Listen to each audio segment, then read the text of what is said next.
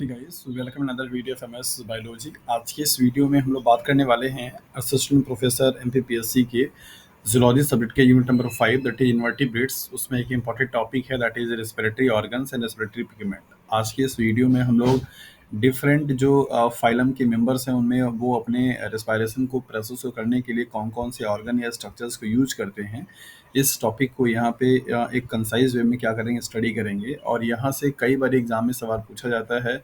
और अभी हाल में ही आरपीएससी का जो असिस्टेंट प्रोफेसर का एग्ज़ाम हुआ था जूलॉजी का 2023 में, वहाँ पे भी सवाल पूछे गए हैं। तो ये रेस्पिरेटरी ऑर्गन को लेकर के कई बार एग्जाम में सवाल पूछा जाता है कि हाँ, इस वाले मेंबर्स में या इस वाले एनिमल्स में या इस वाले फाइलम में कौन सा रेस्पिरेटरी ऑर्गन्स होता है और उनके रेस्पिरेटरी पिगमेंट्स क्या क्या होते हैं।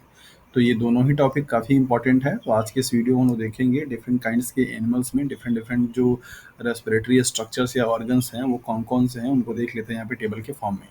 सो बेसिकली अगर हम लोग यहाँ पे स्टार्ट करें, सो यहाँ पर आपको टेबल बनाया हुआ, तो ये एनिमल का ग्रुप है और इसके साथ साथ में यहाँ पे आपका स्ट्रक्चर या ऑर्गन्स कह सकते हैं कि कौन सा ऑर्गन या स्ट्रक्चर यूज करेगा वो ऑर्गेनिज्म। ओके, सो पहला है प्रोटोजोवंस। एग्जांपल है अमीबा एंड पैरामीशियम। इनमें आपका प्लाज्मेलेमा होगा या पेलिकल होंगे, ये स्ट्रक्चर होगा इनका रेस्पिरेशन को करने के लिए। इसके बाद है स्पॉन्जेस, जैसे एग्जांपल आपको साइकॉन दे रखा है। ये plasma membrane of the each cells, जो भी सेल्स उनकी होगी उस मेम्ब्रेन के थ्रू क्या करेंगे, एयर को एक्सचेंजेस करेंगे या रेस्पिरेशन की प्रोसेस को परफॉर्म करेंगे। नाइडेरियंस एग्जांपल्स आपका हाइड्रा है। ये आपके एग्जाम में जो क्वेश्चंस है वो दोनों तरीके से बन सकता है। या तो आपको ये ऐसे ऑर्गेनिज्म का नाम दे देगा और पूछेगा कि इनमें कौन सा रेस्पिरेटरी ऑर्गन है, या ऐसे फाइलम का नाम दे करके पूछेगा कि ये वाले फाइलम के मेंबर्स किस टाइप के ऑर्गन से या स्ट्रक्चर से रेस्पिरेशन की प्रोसेस को परफॉर्म करते हैं। नाइडेरियन जिसका एग्जाम्पल हाइड्रा है, उसमें बॉडी वॉल से होगा। टीनोफोरा जिसमें कॉम्ब जेली या टीनो प्लेना के नाम से जो एग्जाम्पल्स हैं, ये आपका बॉडी वॉल से क्या करेगा, एयर को एक्सचेंज करेगा, रेस्पिरेशन की प्रोसेस को परफॉर्म करेगा। प्लेटी हेलमिंथीस में कैटेगरी है फ्री लिविंग का, जो कि इंडिपेंडेंट तरीके से रहते हैं। Example planaria. और इनमें क्या होगा, बॉडी सरफेस से होगा। इसके बाद पैरासिटिक फॉर्म, जो किसी दूसरे लिविंग ऑर्गन के ऊपर रह करके अपना डिपेंडेंसी दिखाते हो, जैसे लिवर फ्लूक है और टेपोआर्म है। ये एनारोबिक रेस्पिरेशंस करेंगे, नो एक्सचेंज ऑफ गैसेस होगा। तो यहाँ पर आपको ये थोड़ा सा समझना होगा। और इसके बाद निमेंथेल्स में है फ्री लिविंग में है आपका रेबिडिट्स में बॉडी सरफेस के थ्रू होगा। इसके बाद पैरासिटिक में एस्कैरिस है, जो कि एनारोबिक रेस्पिरेशन करेगा, नो एक्सचेंज ऑफ गैसेस होगा।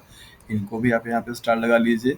फिर एनालिड है, Nereis and earthworm and leech. इसमें बॉडी वॉल के थ्रू होगा, क्यूटेनियस रेस्पिरेटरी सिस्टम पाए जाते हैं। आर्थ्रोपोड्स में क्रेफिश एंड प्रॉन है, जो कि गिल्स के ब्रोंकियल रेस्पिरेशंस करते हैं, तो ये इसके थ्रू होगा यहाँ पे। और इंसेक्ट में सेंटीपेड्स में एंड मिलीपेड्स में या टिक्स में या पेरीपेटस में, इन सब में ट्रैकियल रेस्पिरेशन होगा, ट्रैकिया से होगा। और स्कॉर्पियन स्पाइडर्स, इनमें बुक लंग से होगा। ये काफ़ी इंपॉर्टेंट है, इससे कई बार सवाल पूछा जा चुका है कि बुक लंग्स किस क्लास या किस टाइप के मेंबर्स यूज करते हैं रेस्पिरेटरी ऑर्गन के रूप में लेकर के। तो बुक लंग्स आपका स्कॉर्पियन में है और स्पाइडर्स में है। माइट्स में जो आपका होगा क्यूटेनियस रेस्पिरेशन के फॉर्म में ये करेंगे।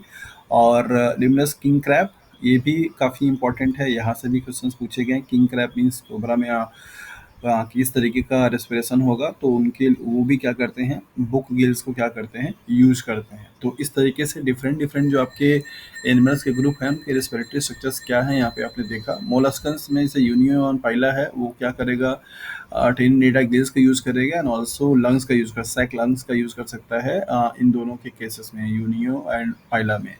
इकानोटर्मेटा में दैट इज स्टारफिश है, और ये dermal bronchial means tube fit के थ्रू रेस्पिरेशन प्रोसेस करेगा। हेमिकॉर्डेटा में बेलेनोकॉकस है और फेरेंजियल वॉल के थ्रू रेस्पिरेशन करेगा। कॉर्डेटा में क्लासेस है यहाँ पे, यूरोकॉर्डेटा जैसे हार्डमानिया है, फेरेंजियल वॉल के थ्रू करेगा।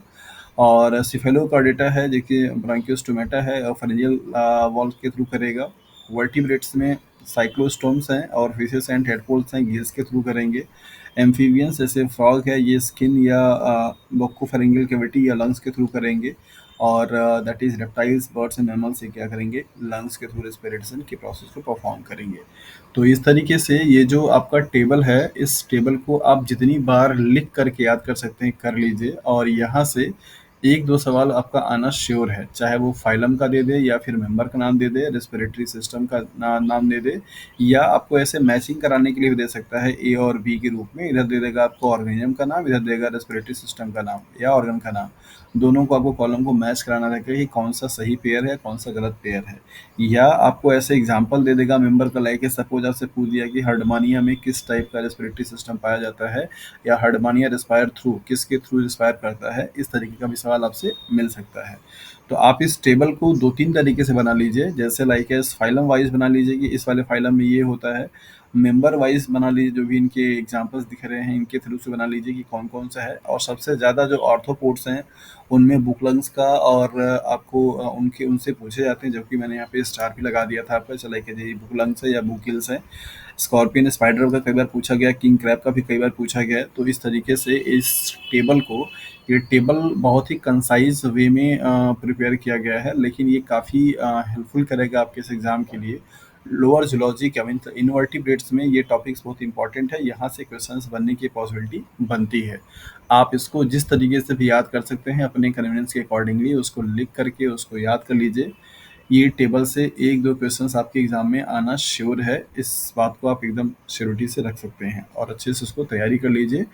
भूलती बहुत ज़्यादा चीज़ें हैं। ज़ूलॉजी का सबसे जो बोरिंग पोर्शन है वो आपका यही है, दैट इज़ इनवर्टिब्रेट्स और वर्टिब्रेट्स। बिकॉज़ इन सभी भी मैक्सिमम चीज़ें क्या करनी होती है, याद करनी होती हैं। और मैक्सिमम टाइम पे होता ये है कि आपको वो चीज़ें अट्रैक्ट करती हैं जिनमें लॉजिक हो, जिनमें कॉन्सेप्ट हो, कि आपने एक बार उस चीज़ को पढ़ लिया, आप लॉजिकल चीज़ें लगा करके अपना काम कर सकते हैं। जहाँ पे चीज़ें मेमोरी वाली आ जाती हैं, उन चीज़ों को लेकर थोड़ा-सा प्रॉब्लम होता है। और वैसे भी इनवर्टिब्रेट्स या वर्टिब्रेट्स की जो चीज़ें होती हैं, वो बोर करती हैं, क्योंकि इनसे आपकी लाइफ का कोई चीज़ मिलता-जुलता नहीं है। आप उसको कनेक्ट नहीं कर पाते हैं कि हाँ, कहाँ से चीज़ें हो रही हैं। पता नहीं कौन-सा ऑर्गेनिज़्म कहाँ पे पाया जा रहा है, कभी देखा भी नहीं है, सिर्फ़ किताबों में पढ़ा है। तो आप उनको अपनी जो लाइफ़ है ना, उससे कनेक्ट नहीं कर पाते हैं। आपको बाकी चीज़ें इसलिए अच्छी लगती हैं क्योंकि वो उनको आप अपने आप से कनेक्ट कर पाते हैं। तो इनकी कनेक्टिविटी नहीं है, और कई बारी डिमांड भी होता है कि इन सारी चीज़ों को हटा दिया जाना चाहिए सिलेबस से और अब नहीं पढ़ाना चाहिए, लेकिन ऐसा नहीं है। आप इसको थोड़ा-सा याद करिए, और याद करके ही आप इस इन सब क्वेश्चंस को क्या कर सकते हैं, सॉल्व कर सकते हैं और नंबर आप गेन कर सकते हैं। सो बाकी आप खुद भी काफ़ी इनफ मैच्योर हैं अपनी प्रिपरेशंस को करने के लिए, मुझे ज़्यादा सजेस्ट करने की ज़रूरत नहीं है। आप अपने हिसाब से चीज़ों को कर लीजिए। So thank you for watching this video.